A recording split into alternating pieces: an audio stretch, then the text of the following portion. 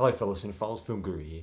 For those new to the channel, my name is Sean, also known as Film Guru, and I started this channel to have my particular say on movies and a variety of film content, so thanks for joining me today. Today I'm reviewing Bones and All. This was directed by Luca Guadagnini and stars Taylor Russell, Timothée Chalamet and Mark Rylance. A young teenage girl who has a particular affliction. She has cannibalistic impulses where she can't sort of help herself and she ultimately eats human flesh. After a particular incident, Maren goes on the run and ultimately goes on this journey to track down her mother to overcome this affliction. Along the journey, she meets Sully, played by Mark Rylance, a sort of guy that's similar to her, the same affliction, but he's kind of odd and strange. He teaches her a couple of things, but she feels uncomfortable being around him and ultimately takes off. As she continues the journey, she runs into a young drifter named Lee, played by Timothée Chalamet.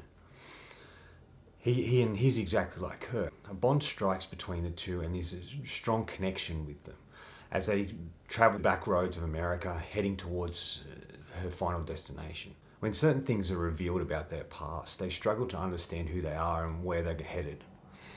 It's ultimately about how these two try and live a normal life, try and head down a normal path, only for their past to come back to haunt them. It's about how they have to make a decision of the type of people they want to be and how they want to live their lives. Look, I'm not a huge fan of Luca's previous films. I thought Suspiria was quite well done. That was different and interesting and I liked that.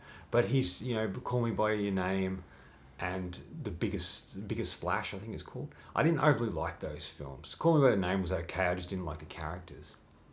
This feels like he's really evolved as a filmmaker in a lot of ways. This is a very unique film that I didn't quite realize how great it was going to ultimately be.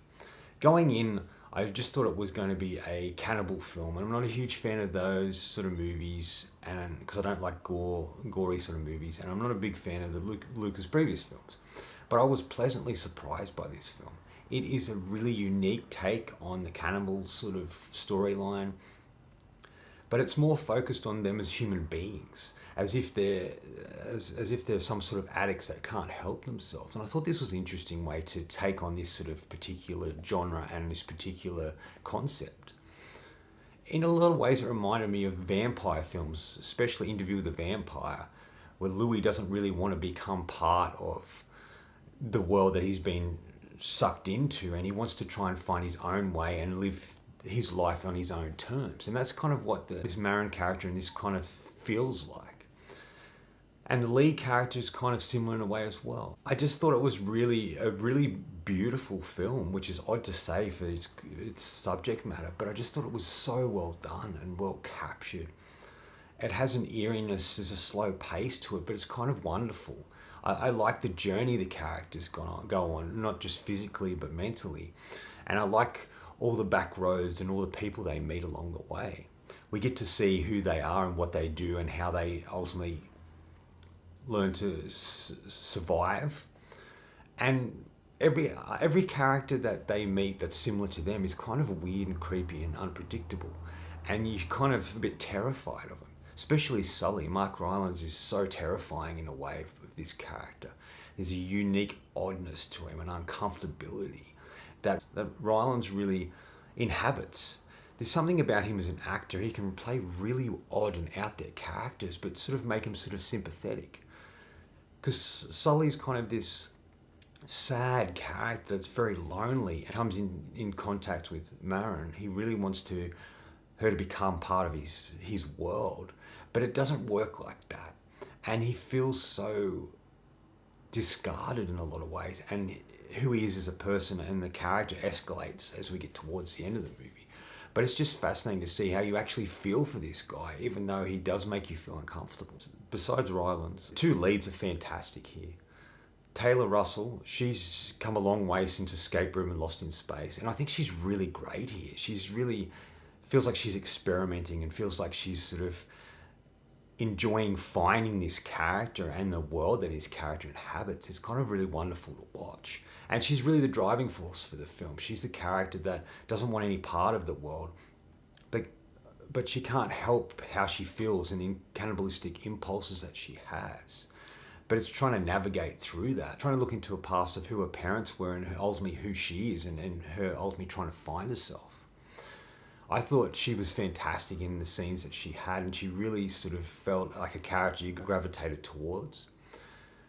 And just her search for a normal life, I think, was really wonderful. And obviously the relationship between Marin and Lee is beautiful as well in the film. And of course, Timothée Chalamet is fantastic here. He's definitely on the rise. This is the second or third film I've seen him that I actually liked him in. He has a really great presence, and there's an improvisational feel to his character here. It feels like when he's working with Luca, it's like they have this great working relationship, and he can sort of experiment and play with the character, and I think he's great here. He's a young drifter, and he has a really interesting story as well of how he became who he became and why he does what he does. And a real, his past comes to light in a wonderful way. And I just think he's really fantastic to watch. He's really encompassing the character. He feels less like Timothée Chalamet and more like the character, like he's embodying it and bringing it to life.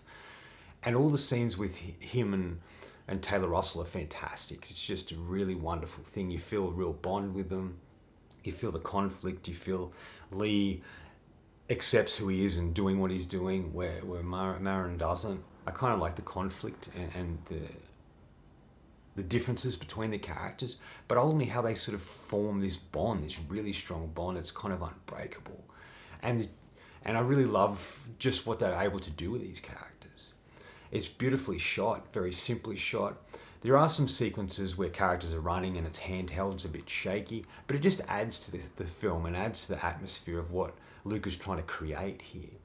At the heart of it, it's really a love story. I really love the choices of music, this music they use in particular sequences that shape and change the way you see the sequence. There are a lot of scenes of just conversation pieces, but I like that.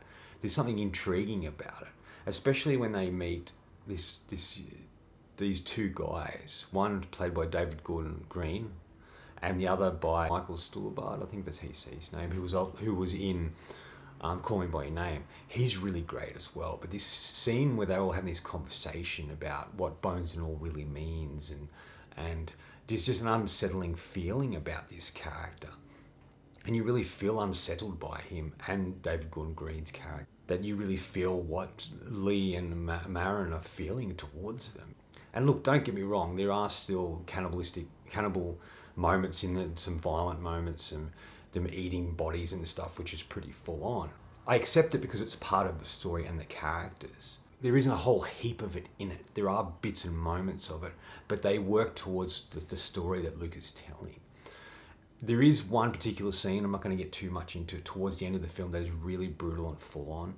And this scene took me by surprise and sort of shocked me in a lot of ways. But I knew it was leading to something like that, just because of the story it was telling and what we'd seen throughout the film. It is a very hard film to explain to people that I call it a cannibal love story. People look at me really strangely, but that's kind of ultimately what it is.